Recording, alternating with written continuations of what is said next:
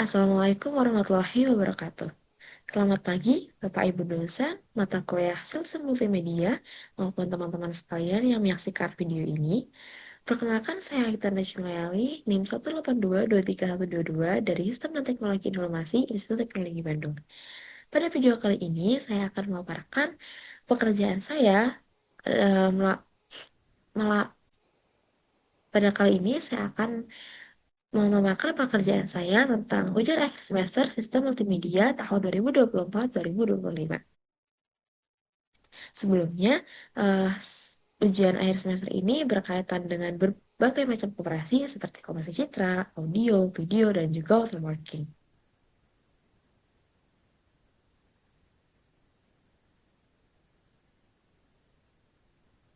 Sebelum lanjut ke soal pertama, di sini saya melampirkan kelengkapan pengerjaan atau dokumen-dokumen yang saya gunakan dalam pengerjaan, seperti foto yang digunakan, audio yang digunakan, dan juga kode yang saya gunakan untuk menghitung pada drive yang terlampir pada slides.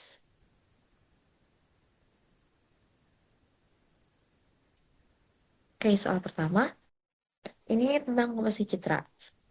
Ambil sebuah foto selfie Anda sendiri menggunakan ponsel. Praktikkan langkah-langkah encoding dan decoding citra JPEG untuk satu makroblok dengan menggunakan bahasa pemrograman Python. Analisis dan bandingkan makroblok asli dengan makroblok hasil encoding. Oh, analisis dan bandingkan makroblok asli dengan makroblok hasil decoding. Jelaskan observasi Anda mengenai kualitas makroblok hasil decoding dibandingkan dengan makroblok asli. Oke, jadi di sini saya sudah mencantumkan langkah-langkah yang sebenarnya dilakukan. Tapi untuk agar lebih jelasnya, mungkin saya akan menjelaskan langsung melalui uh, kode Python ya.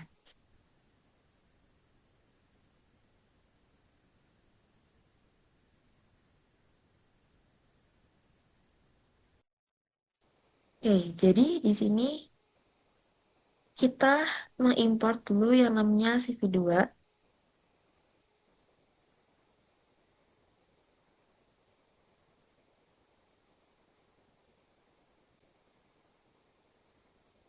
Oke, jadi yang pertama kita di sini import dulu CV2 atau OpenCV. Ini untuk kita membaca gambarnya dan menghasilkan gambar juga. Terus ada import lampi, ini buat handle tentang matrix atau array gitu-gitu. Dan from Skippy dan fromnya ini Skippy FFmpeg. Nah, ini sangat penting karena pada soal yang pertama ini kita diminta untuk melakukan encoding decoding kan. Nah, di sini kita menggunakan metodenya itu DCT sama inverse DCT, makanya untuk import yang ini tuh sangat penting. Kemudian yang pertama kita load dulu, kita baca gambarnya, kemudian di resize dalam ukuran 256 biar dia bentuknya persegi. Dan kita recolor dari RGB ke YCRCB. Kenapa kita perlu melakukan recoloring ke YCRCB ini? Karena di sini kita akan melakukan decode dari format JPEG dan format JPEG itu nggak bisa bekerja langsung dalam format RGB. Jadi dia emang kerjanya dari YCRCB, makanya kita juga perlu membuat recolor dari RGB ke YCRCB. Kemudian kita eh, mengambil kita kita mengambilkan luminansinya, terus kita juga ambil satu mikroblok dari gambar tersebut. Jadi satu mikroblok itu adalah 8 kali 8 ukuran, 8 kali 8 blok, dan kita ambil di ujung kiri atas. Jadi ambil di eh kita ambil di rentang berikut. Kemudian kita mulai memanggil fungsi DJT dan IDJT-nya. Kemudian ini adalah matriks dengan kuantisasi standar JPEG. Kemudian ini langsung kita masukkan fungsi kuantitasnya dan inverse-nya, IJT, IDJT, dan akhirnya kita tampilkan hasilnya. Jadi dari hasilnya sendiri kita bisa lihat hasilnya adalah seperti ini. ini hasil original Macrobook-nya, terus ini decoded Macrobook-nya. Kita bisa lihat bahwa ketika di decode, dia kayak, dia sebenarnya hampir mendekati ukuran dari original Macrobook, tapi tidak mendekati karena memang konversi JPEG ini adalah konversi yang losing, jadi dia kehilangan beberapa bit dari original Macrobook-nya. Kemudian untuk visualisasinya sendiri, kita juga mencoba menampilkan visualisasinya. Kita ambil Macrobook RGB-nya, terus kemudian kita konversi ke YCRCB menjadi seperti sebelumnya, dan kita simulasi decoding dengan sedikit mengubah Y atau luminansi. Jadi ketika kita konversi menggunakan JPEG itu uh, dia tuh punya tiga apa sih ini, tiga format, yaitu pertama Y itu kayak luminansi, dia kayak tingkat kecerahan, terus si B sama si R itu adalah chrominansinya, dia seberapa merah atau seberapa biru suatu gambar tersebut. Nah, biasanya mata manusia itu lebih peka kalau misalkan ada perubahan pada luminansi atau pada Y. Oleh karena itu, kurang kompresi JPEG itu biasanya lebih berfokus pada sama si Y-nya nih, apakah nanti kecerahannya meningkat atau menurun, dan dia biasanya cenderung mengabaikan si B sama si R karena enggak terlalu kelihatan gitu kalau misalkan di komersi ataupun enggak. Kemudian ini fungsinya dan gambar hasil perbandingannya ada pada ini. Nah, di sini. Jadi kita bisa lihat bahwa microbox asli RGB dia yang di sebelah kiri sama microbox decoded itu yang sebelah kanan. Kita bisa lihat yang sebelah kanan bahwa warnanya lebih beragam. Sebenarnya dia ini disebabkan karena kompresor tadi. Setelah proses endocrine dan decoding dengan data dan kontraksi, ternyata terjadi sedikit perubahan pada nilai pikselnya. Dan ini disebabkan oleh proses kuantitasi dan juga tadi kita ada menambahkan noise karena kompresi tersebut. Kemudian hal ini juga bisa merepresentasikan bahwa memang kompresi JPEG itu lossy. Oke, ini ke soal yang kedua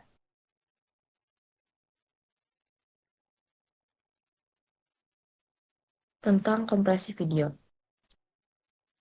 Soalnya buatlah sebuah skenario di mana kamera digital digunakan untuk merekam suatu kegiatan dan video tersebut dikirimkan melalui internet dan ditampilkan ke layar penonton. Jelaskan alur proses yang terjadi. Itu dari pengambilan gambar hingga gambar tersebut dapat ditonton oleh penonton. Jadi skenario yang saya buat adalah sebuah kamera digital digunakan untuk merekam pertandingan futsal. Video hasil rekaman tersebut dikonversi dan dikirim melalui internet ke penonton yang menyaksikannya secara live di layar besar di tempat lain. Nah, kita harus bisa yang pertama menganalisis apa sih itu perbedaannya video analog dan video digital. Jadi video analog kalau misalkan dari segi aspeknya tentu aja kalau analog itu masih bersifat analog, kalau digital ya udah digital, dia langsung eh dia bentuknya bukan lagi gelombang kontinu gitu. Terus kalau analog tuh biasanya media penyimpanannya melalui kaset. Kalau misalkan digital dia media yang acak yang kayak hard disk atau SSD. Kalau analog dia juga kualitasnya menurun karena noise. Kalau digital kualitasnya biasanya lebih stabil, lebih gede, tapi bisa dikompresi. Terus digital tuh lebih mudah diedit dan lebih interaktif dan juga dapat dikirim melalui lewat jaringan internet. Kalau misalkan analog dia biasanya dikirim melalui sinyal siaran. Nah, kenapa sih kita harus tahu perbedaan antara video analog dan video digital? Karena dari sini kita bisa tentuin nih kamera jenis apa yang sebaiknya dipakai buat mengambil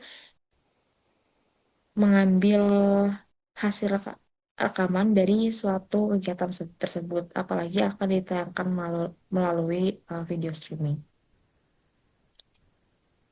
Nah, di sini udah ada insight-nya juga bahwa video digital di kamera bisa langsung dikompresi, lalu dikirimkan lewat jaringan. Sedangkan kalau memakai video analog, maka sebelum kita kirim, kita butuh proses digitalisasi dulu sebelum bisa dikompresi dan ditransmisikan melalui internet. Jadi dari sini udah ada hint bahwa sebaiknya yang digunakan adalah kamera digital. Kemudian yang kedua, kita harus tahu peran video encoder. Encoder itu eh, seperti H264 berfungsi mengumulasi video digital agar ukurannya jauh lebih kecil tanpa menurunkan kualitas secara signifikan. Jadi ini memungkinkan video dapat dikirim lebih cepat melalui internet dengan bandwidth yang lebih rendah. Cara kerjanya itu yang pertama, video dibagi menjadi macro blocks. Nah, macro blocks di sini sebesar 16 pixel. Terus ada yang namanya interpolation sama interpolation, terus transformasi dan kuantitasasi. Jadi residual dari dia ditransformasi ke domain frekuensi lalu dikonversi dengan kuantitasasi yang sifatnya lossy. Terus habis itu ada yang namanya entropy encoding bahwa bitstream akhir dikodekan menjadi format terkompresi. Untuk apakah itu prediction, interpolation atau interpolation akan ada di slide berikutnya. Kemudian kita juga harus tahu apa itu open loop versus closed loop. Kalau dari frame-nya, kalau open loop itu berdasarkan frame asli, kalau closed loop itu berdasarkan frame hasil rekonstruksi. Akurasinya, kalau closed loop itu biasanya lebih presisi dan di dunia nyatanya biasanya tadi kalau closed loop itu di standar encodingnya H264. Nah, dalam H264, prediksi frame dilakukan terhadap frame hasil rekonstruksi agar sesuai dengan apa yang akan diterima oleh decoder di sisi penanya. Kemudian kita juga harus tahu bagaimana penggunaan redundansi temporal pada kompresi video. Redundansi temporal ini itu informasi yang berulang antar frame. Misalnya, ini ada contohnya background yang tidak berubah dari frame ke frame. Jadi cara kerjanya itu sebenarnya kalau misalkan ada satu pixel di frame sekarang yang mirip atau sama dengan pixel sebelumnya, dia nggak perlu dikirim orang, jadi udah disimpan gitu. Ya misalkan tadi di sini, misalkan kita nonton suatu pertandingan futsal. Nah, pada pertandingan futsal tersebut biasanya si lapangannya itu selalu shoot kan. Nah, dan si lapangan ini tentunya nggak berubah-ubah. Jadi biasanya dia memakai yang namanya redundancy temporal ini. Kan, jadi pixel di frame yang sama dari background lapangannya ini, dia nggak perlu dikirim orang dan tinggal dipakai lagi aja. Ini encoder hanya mengirim motion vector atau residual error, bukan gambar baru secara keseluruhan. Nah, ini juga ada yang namanya block based frame prediction. Macro block frame ditarget dicocokkan dengan macro block di frame referensi, lalu hanya perbedaan yang disimpan sama yang kalau dijelasin barusan. Terus ada juga yang namanya structure group of picture. Satuan kelompok frame video yang terdiri dari ini yang tadi iframe, bitframe, sama bigframe. Buat perbedaannya bisa dilihat juga kalau frame itu lebih gede, kualitasnya tinggi. Kalau bigframe itu mengacu pada frame yang ukuran sebelumnya dan lebih kecil biasanya. Kalau bigframe itu uh, ukurannya paling kecil dan decodingnya lebih kompleks. Terus ini juga ada yang namanya GP20 sama 50. Ini ada daftar perbandingannya. Dan kapan sih kita seharusnya pakai GP20 atau GP50? Nah, buat kasus live streaming futsal tadi, kita consider buat pakai GP yang 50 karena lebih efisien dan bitrate rendah tanpa penurunan kualitas yang signifikan. Karena mostly pergerakannya horizontal dan tidak interaktif. Oke, kita lanjut ke soal berikutnya tentang kompresi audio. Soalnya, lakukan eksperimen sederhana untuk menganalisis perubahan karakteristik sinyal audio sebelum dan sesudah proses kompresi. Gunakan metode kompresi audio berbasis format MP3 menggunakan Python dan library terkait. Ini sama kayak tadi, sebenarnya saya udah bikin di slides juga. Oh ini, kita nanti ini dulu sebelum kodenya. Jadi kita itu diminta buat nanti perbedaan ukuran antara file asli dan yang udah dikompresi, sama visualisasi spektrum dan gelombang filenya.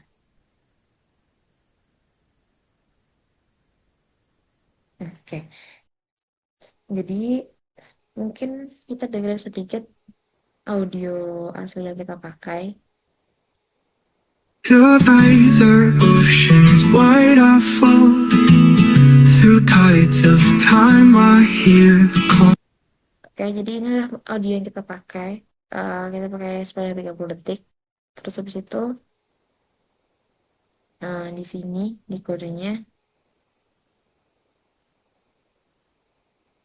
Pertama kita import semua library dan referensi yang kita perluin. Ini sebenarnya masih sama, mostly sama yang nomor satu. Paling yang berbeda itu ada import matplotlib ini untuk ngupload diagramnya nanti. Terus referensi sama. Ini buat membaca file WAV-nya sama yang FFmpeg ini untuk uh, ngebaca file audionya.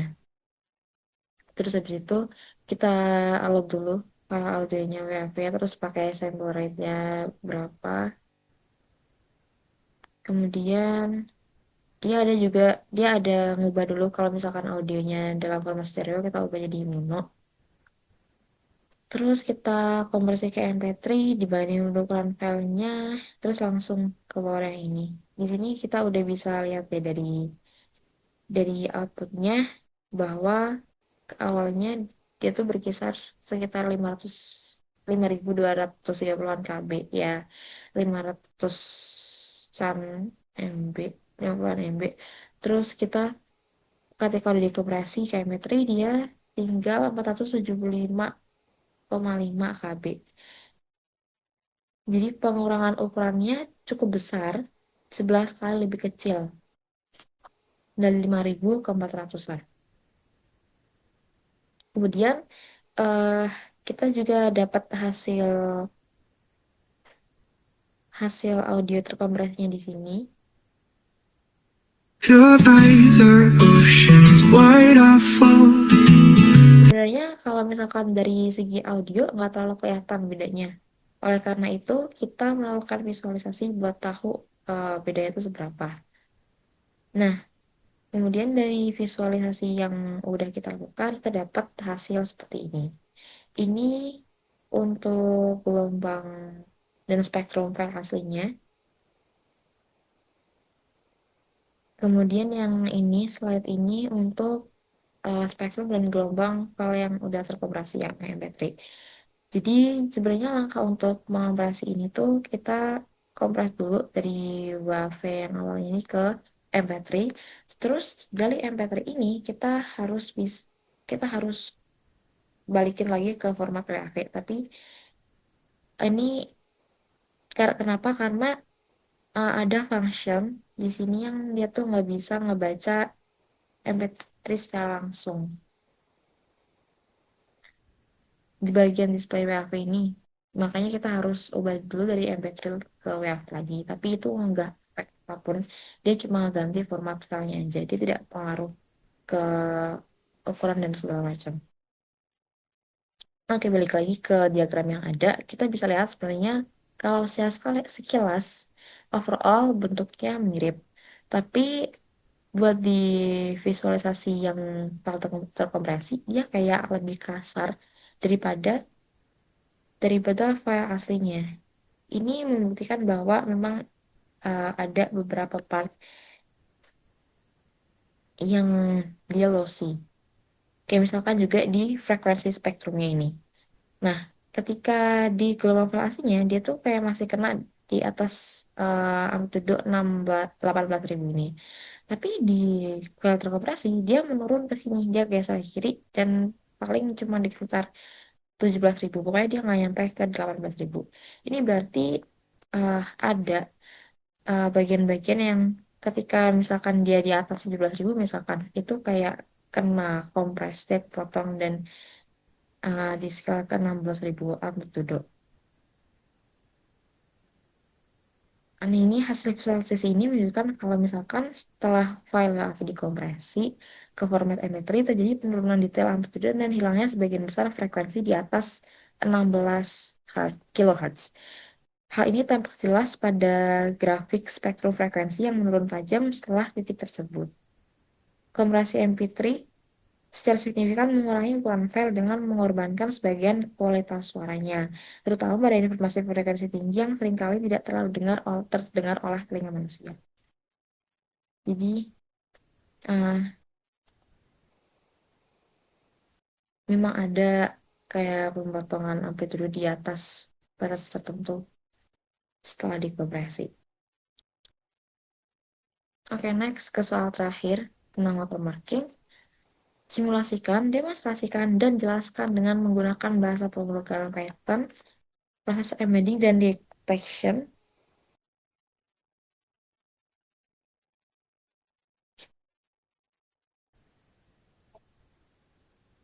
Dan untuk soal selanjutnya, yaitu tentang watermarking. Soalnya, simulasikan, demonstrasikan, menjelaskan dengan menggunakan pengumpulan Python, proses embedding dan detection watermarking sebuah sinyal suara sinusoida 440 Hz yang menggunakan sampel rate 48.000 sampel per detik. Teknik watermarkingnya bebas, berbasis spread spectrum. Teknik benar-benar yang digunakan berbasis spread spectrum dengan menggunakan slip bulan dan tanggal kelahiran masing-masing. Dengan bobot watermarking yang digunakan variasikan setidaknya menggunakan bobot yang berbeda. Dan di sini saya menggunakan bobot watermarking itu sebesar ini alpha 0,01 dengan alpha 0,1. Mungkin pertama kita bisa mulai jelaskan dari kodenya dulu.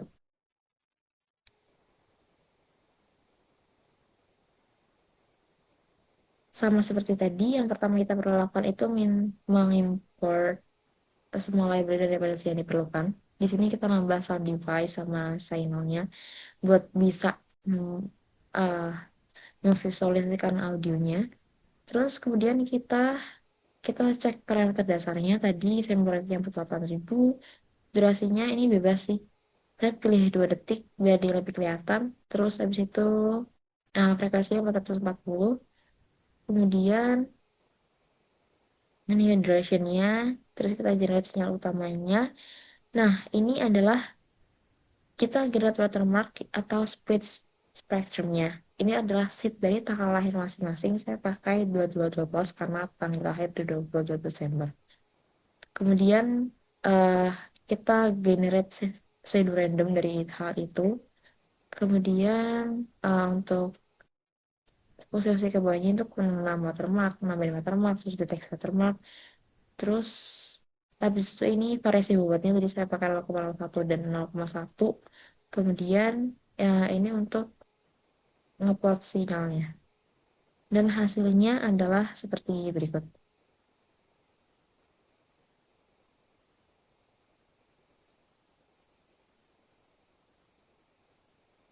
Mhm.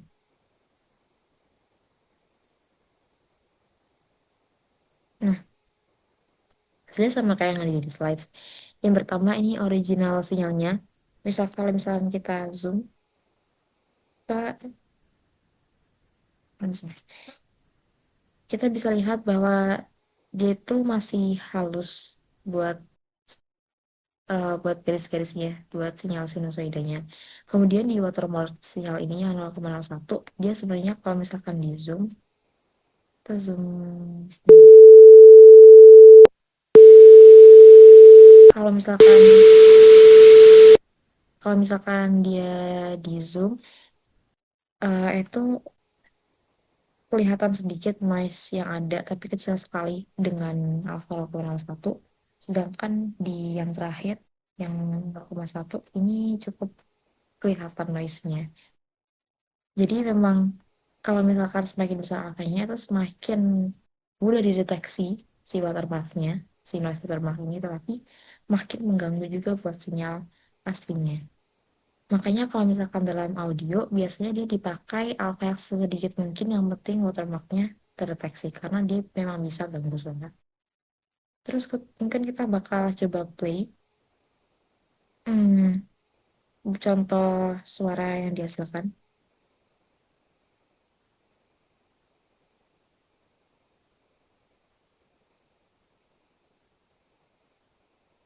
Ini kita play dulu suara yang aslinya. Ini suara yang alfa 0,1 sama alfa yang 0,1. Jadi kalau misalkan bisa dengar dengan video ini bisa didengar dengan jelas, si original sinyalnya itu masih halus, tidak ada noise sama sekali. Terus yang alfa 0,1 itu masih terdengar jelas, walaupun ada noise sedikit tapi tidak terlalu mengganggu. Sedangkan di watermark sinyal dengan alfa 0,1 itu noise-nya bisa sangat terdengar, terasa. Jadi langsung bisa kita tahu kalau itu kita ada watermark. Itu untuk soal norm, Pak. Nah, eh ternyata sekian untuk penjelasan ujian head semester sistem multimedia yang saya paparkan. Atas kurang lebihnya, saya mohon maaf dan terima kasih telah menyaksikan video ini.